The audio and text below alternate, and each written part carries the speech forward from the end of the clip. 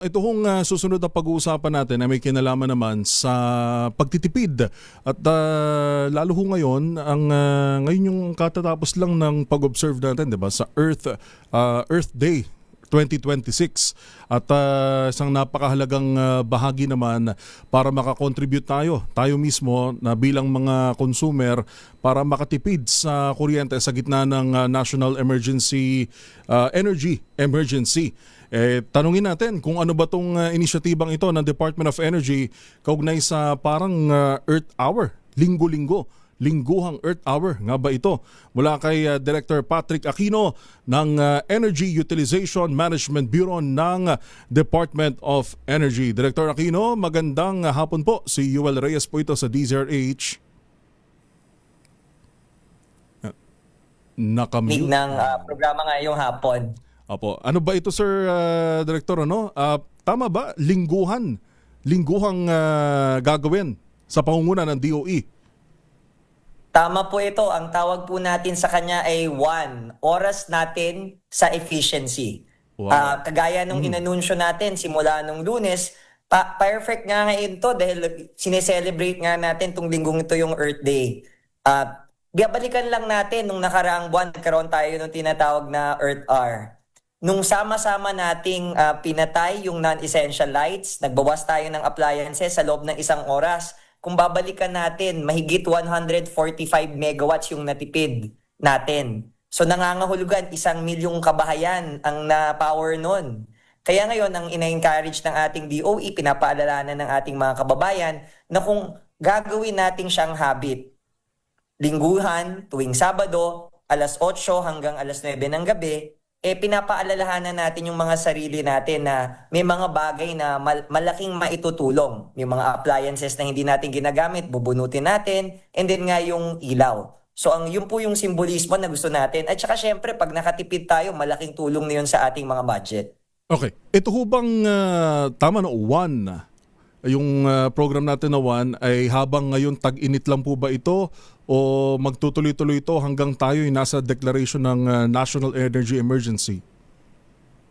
Well, ang layo natin talaga sa pag makasanayan na to ng ating mga kababayan na kung araw-araw nilang makikita na kapag umiikot sila, pumasok sila sa kanilang kwarto, lalabas sila, mapapansin nila, ay, alabas na ako, pwede ko nang patayin yung aking ilaw. May nakita tayong mga appliances, merong naka-standby power, isi-switch off natin. Ang konsepto nito napakasimple. Yung maging mulat tayo sa mga bagay na yung mga hindi nga natin ginagamit, bunutin natin, matuto tayong maging masinop sa paggamit. Ang bonus nito sa ating mga nakikinig, syempre, yung kabawasan nga dun sa ating konsumo na nakakabawas rin sa ating bill.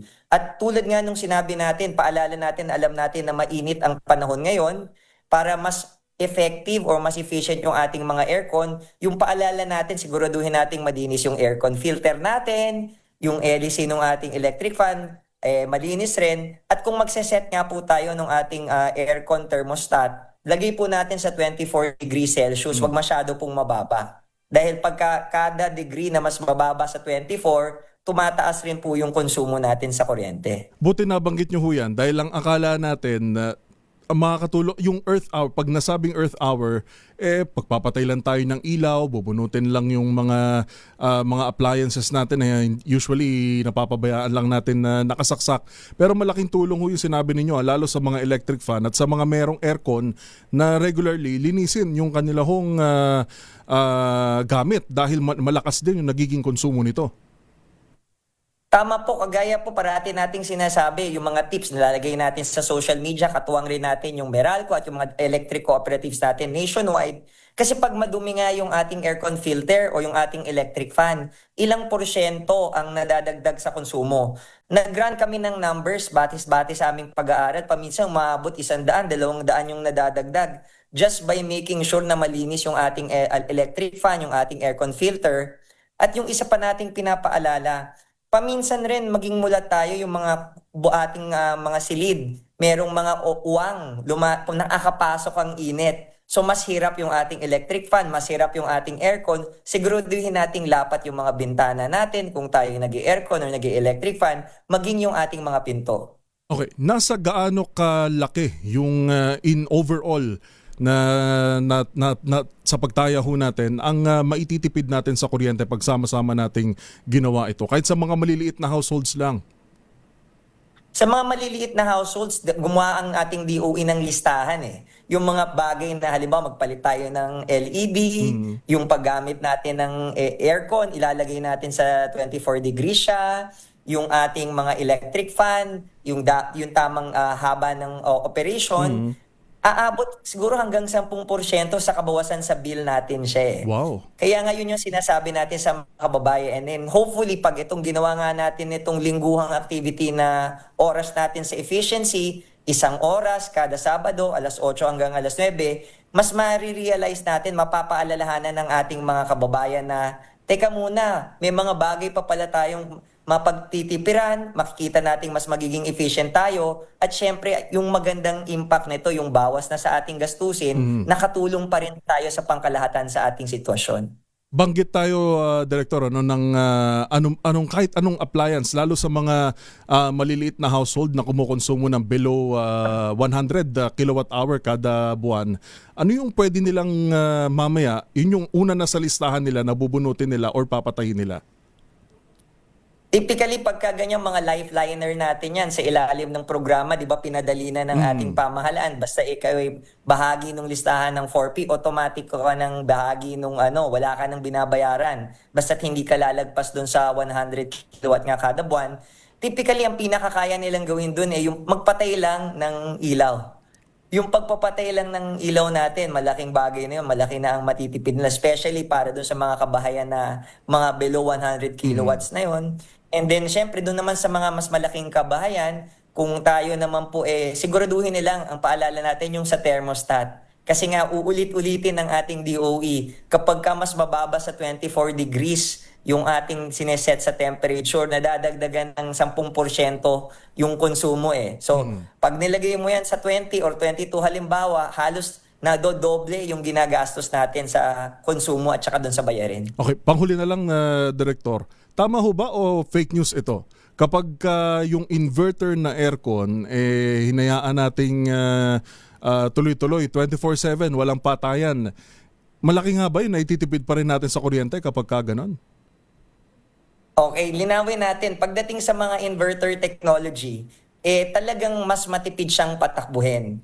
Pero kung kaya yan nga napapansin natin sa mga kababayan nating lumilipat sa inverter dahil nakikita nilang mas epektibo siya, mas malamig siya, at mas meno siya, paminsan kung dati ang gamit lang nila 4-6 na oras, dahil nakikita nilang mas efficient yung ating appliance, pinapatakbo na nila ng mas mataas. Kaya nga yun yung mga na pinapayo natin na dapat same number ng oras. Kung 6 na oras natin dati pinapatakbo, pwede nating patakbuhin ng 6 na oras.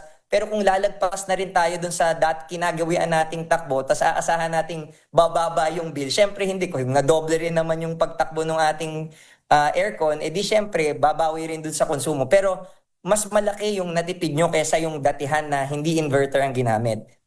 Nakita ko rin sa balita, pinaalalahan na rin natin ng ating mga kababayan, ngayong pagkakataon nito, pinabilis na ang proseso ng ating net metering. Madami na pong facility, kagaya sa GSIS, sa Pag-ibig at sa mga pribadong bangko, pwede na rin po tayong mag-install ng ating mga solar sa ating kabahayan.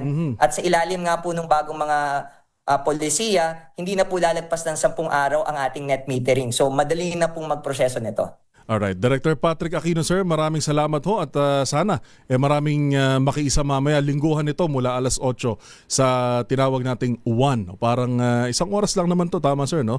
Na pagpapatay ng kuryente. Marami pong salamat. Sumama po ulit kayo sa oras natin sa efficiency, alas 8 hanggang alas 9 kada Sabado. Alright, maraming salamat po si Director Patrick Aquino ng Energy Utilization Management Bureau ng Department of Energy.